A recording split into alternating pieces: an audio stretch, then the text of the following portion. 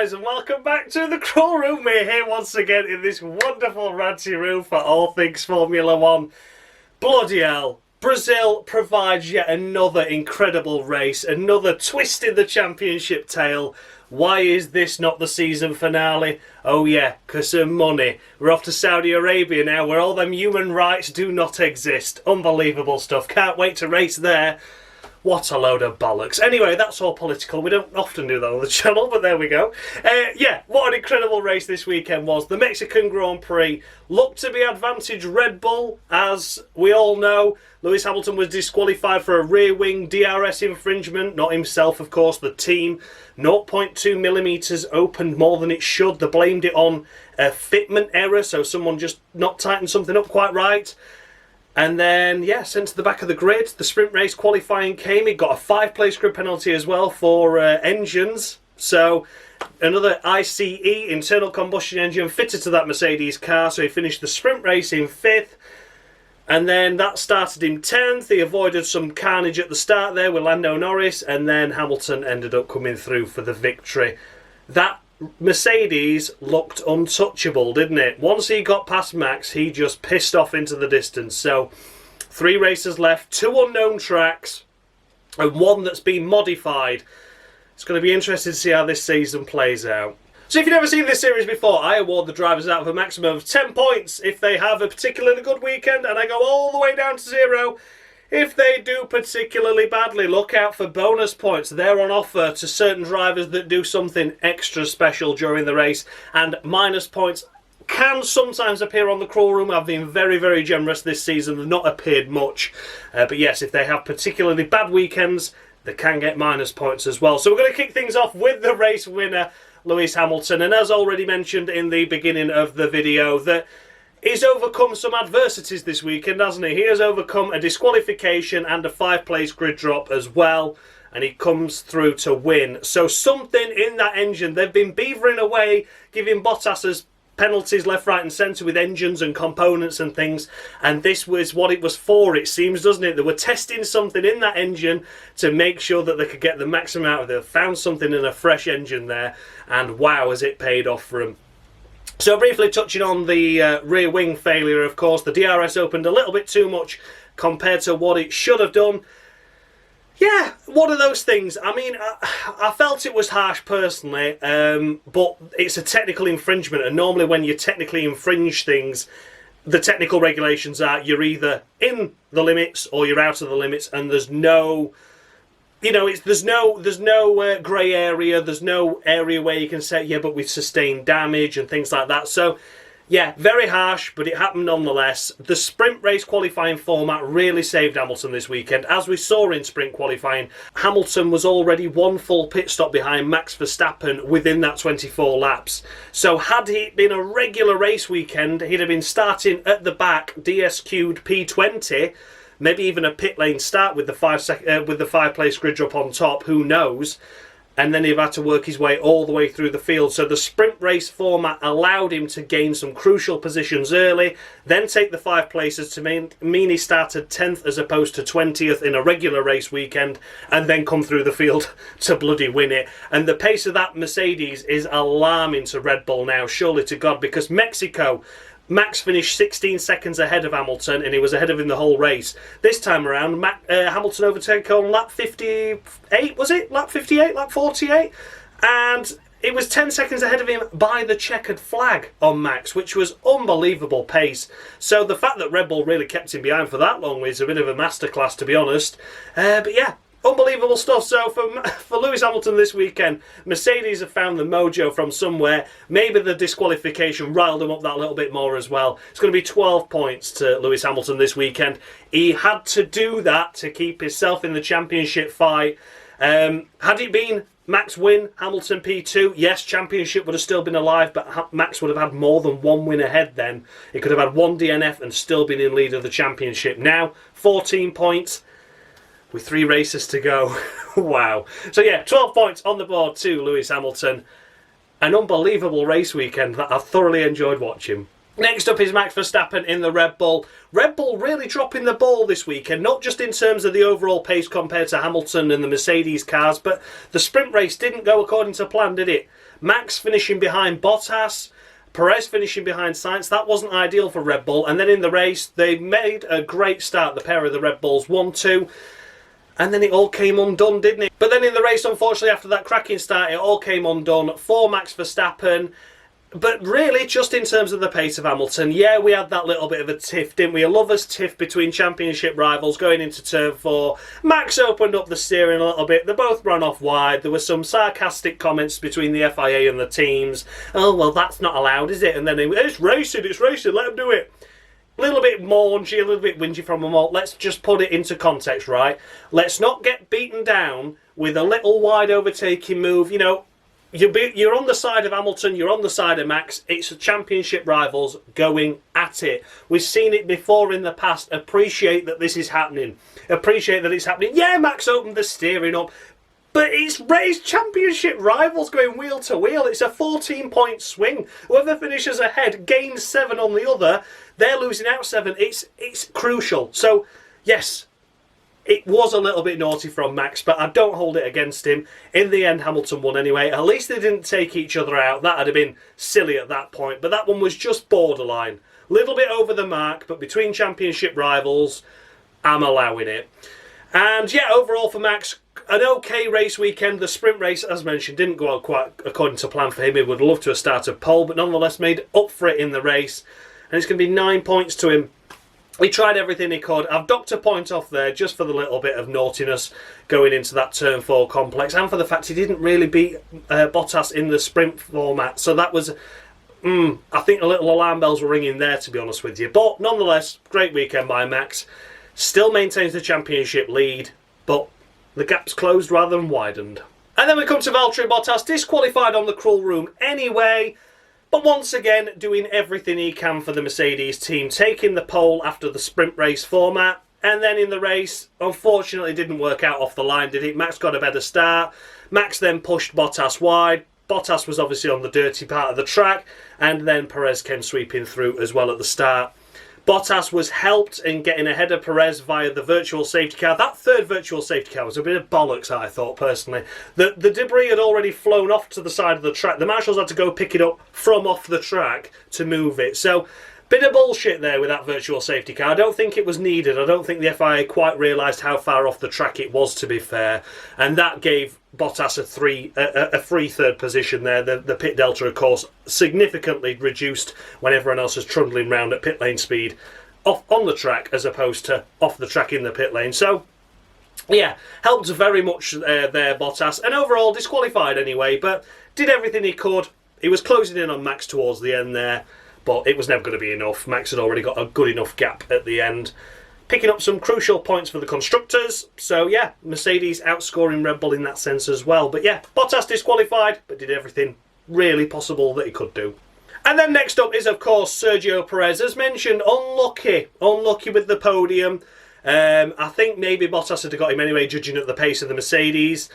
Kept the gap within 3 seconds of Bottas after that virtual safety car shenanigans, which gave him a free pit stop, but Bottas a free pit stop, of course. But yeah, one of those things, that's racing. Pitted at the end there to pick the fastest lap point up for his team and to nab it off of Hamilton. So did everything he could there. But the sprint race qualifying format was the one that got me, and he was unable to re-overtake Sainz after a bit of a poor start. And that is where I'm punishing Perez, because he shouldn't have been there. He should have been third minimum. Ideally, they were looking at a 1-2 lineup though, Red Bull, weren't they? But Perez did okay at the line and got himself back into that second position, but he should have been there anyway. So it's going to be a harsh 7 points to Perez. The race didn't go his way, but he didn't have the measure, did he? He didn't have the measure of the Mercedes at all this weekend, whereas at least Max could fight with them.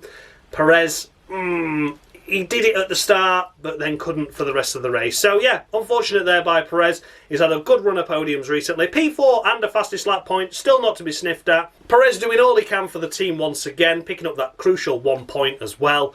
So yeah, 7 points. Not his best weekend this weekend, but nonetheless solid. And then we come to Sha-la-la.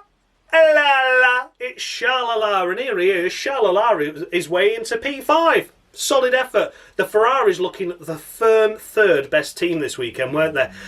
Points on this one. I've scored the Ferraris equally. We'll get to Sainz in a moment, of course. But yeah, Leclerc, not a great qualifying sprint race, not a great qualifying either, but more than made up for it at the start and getting past everyone, and then just stayed P5 for the remainder of the race. Ferrari really, really, really ahead now in that P3 in the Constructors, thanks to both of their drivers doing a cracking job and keeping themselves out of trouble and scoring the solid points. Not within the top two teams yet. They were firmly third, however, and were able to do a double stop and come out ahead of the rest of the rivals behind. That's how much pace they had of the Ferrari over the rest of the field, but not enough to get back onto the back of the top four. So yeah, Charles Leclerc, going to be 9 points to Charles. Not a bad weekend at all. A solid weekend, in fact. Might be a little bit with a point. I was thinking 8. But then he did finish ahead of Sainz, who had a better qualifying, so I've evened the playing field out between them. But yeah, 9 points for Charles. Best job he could do with the car he had. And as mentioned, of course, Carlos Sainz is next, and he's going to get 9 points as well. He drove a cracking qualifying sprint race. Cracking qualifying as well, if I remember rightly. Not that it matters, because the qualifying sprints... Anyway, it's confusing. It's confusing, but there we go.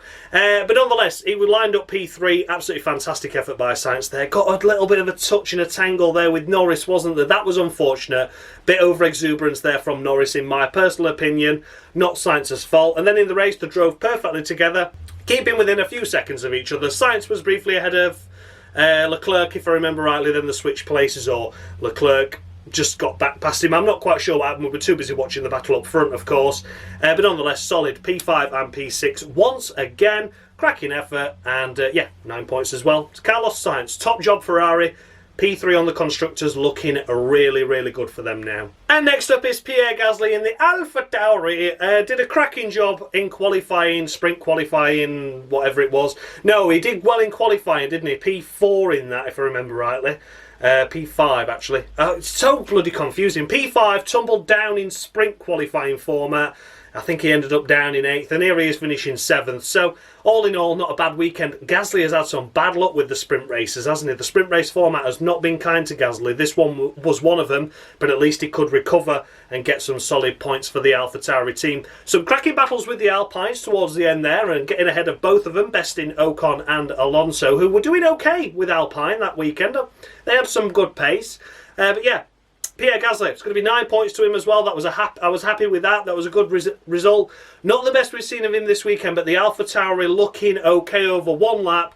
But they were really struggling, weren't they, with their tyre management over a race run. I remember them reporting the problems in practice as well, saying the tyres are dying off and they're dropping off, guys. So for him to be able to do a good recovery drive from a poor qualifying sprint, I think is decent. Maybe a little bit generous by a point there, but Gasly's done a top job all season, and he's firmly doing everything he can to get P5 in the Constructors he's battling with, isn't it, with the Alpine team. So he had to get ahead of those. That was crucial. He did just that. So yeah, 9 points to Gasly.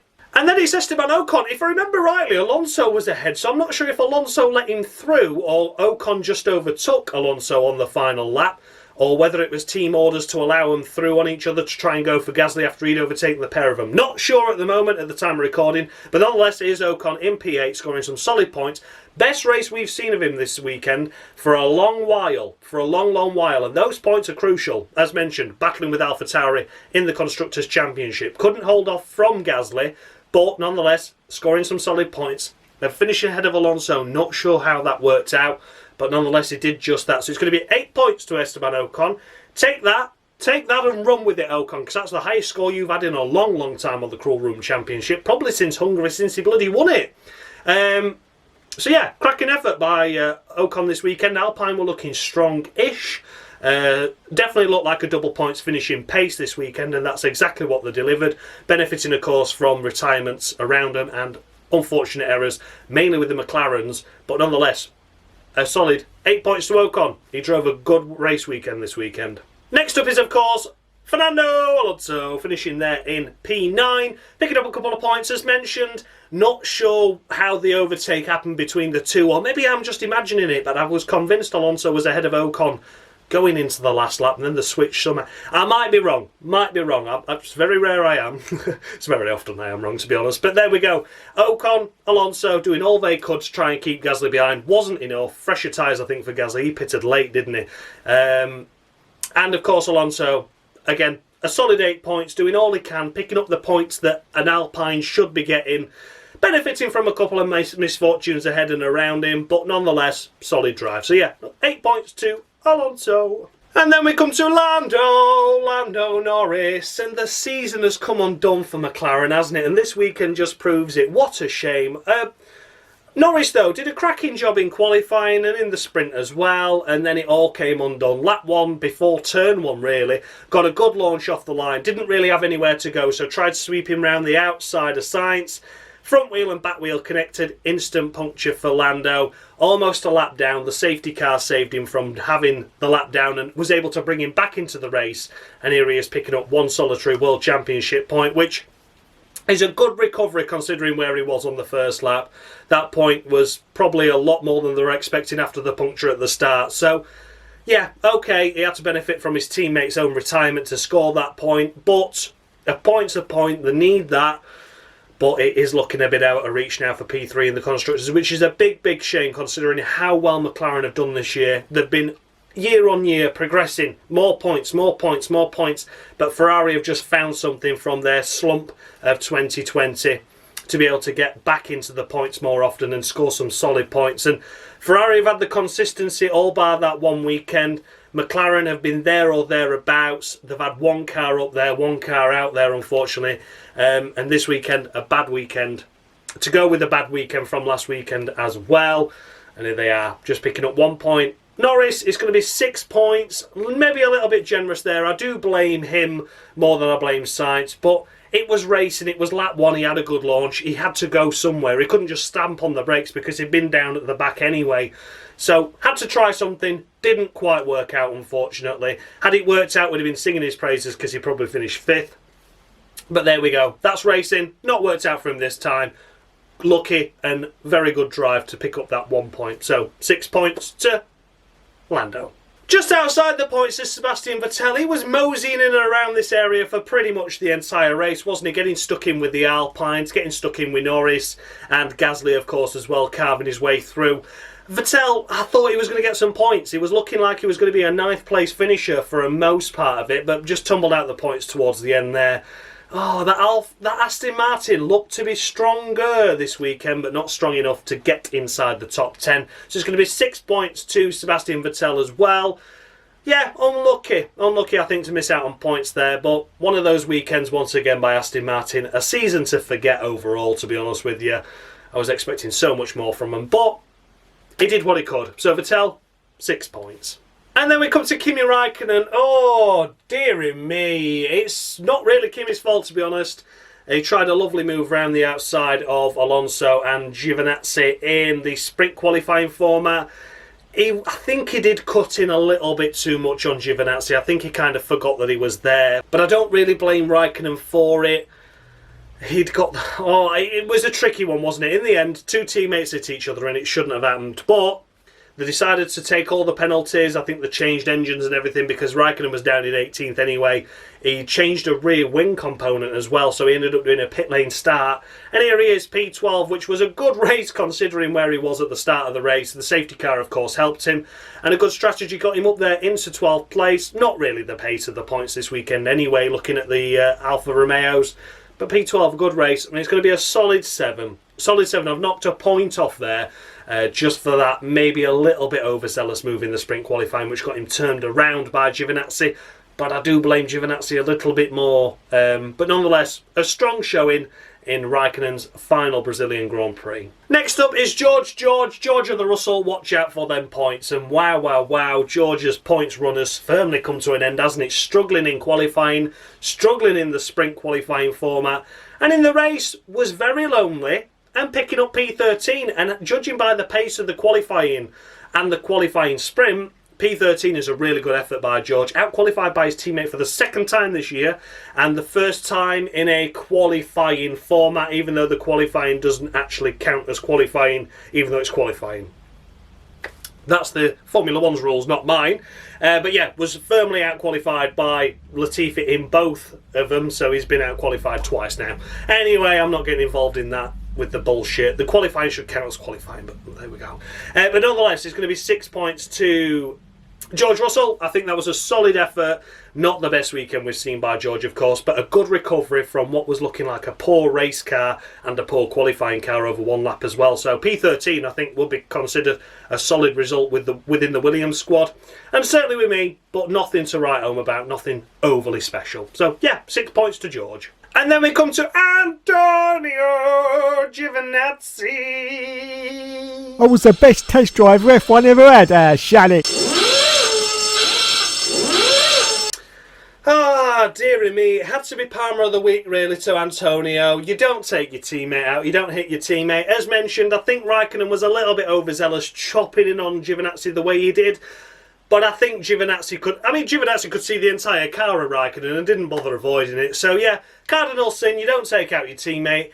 And despite taking your teammate out and him starting from the pit lane, you finish behind him. So it's not been a great race weekend once again by Giovinazzi. Some posters emerging and an image emerging from an Alfa Romeo garage in China with a picture of Guan Yu Zhou and a translation that says congratulations on becoming the first Chinese Formula One driver. So maybe an early announcement there from a Chinese Alfa Romeo dealership that's maybe jumping on the bandwagon a little too soon, or maybe they do know that Guan Yu Zhou is going to be in that car now. But after this weekend's performance, if this was the one that judged it for Giovinazzi, he's certainly not retaining his seat, is he? So yeah, an unfortunate Palmer of the Week to Giovinazzi. But that's the way it goes. I don't make the rules. I just give him the scores and give him the Palmers. So yeah, I do make the rules, don't I? I do. And yeah, he deserved it. So there we go, unfortunately for Giovinazzi, a Palmer of the Week. And then we come to Yuki Tsunoda. Yes, I am back in F1, doing the catering, you bastards. And there we go, it's back-to-back Palmers. Oh, God's sake, Tsunoda. Jesus sake, why did he do that? I mean, it was an audacious move at best, but it were never going to happen. The door was always closing, and he just went and drove up the inside of Stroll, didn't he? Well, he drove over him more than drove into him, drove through him. I don't know what he was trying to do, but there we go, Tsunoda. Tough qualifying, not into Q3. He'd done 3 back-to-back, hasn't he, Q3 performances. This one wasn't one, and then he tumbled down in the sprint race format, put himself in positions and then lunged it up the inside of Stroll where there wasn't really going to be a gap. It was always going to be closing that. And yeah, Palmer of the Week to Yuki Tsunoda. I think he's going to be finishing last of the people that aren't disqualified. And I was looking at him thinking, shall I disqualify him? And it's only the fact that it's his rookie season that I've been this generous with him. But Palmer's not been generous, but I think he's going to spare disqualification this year.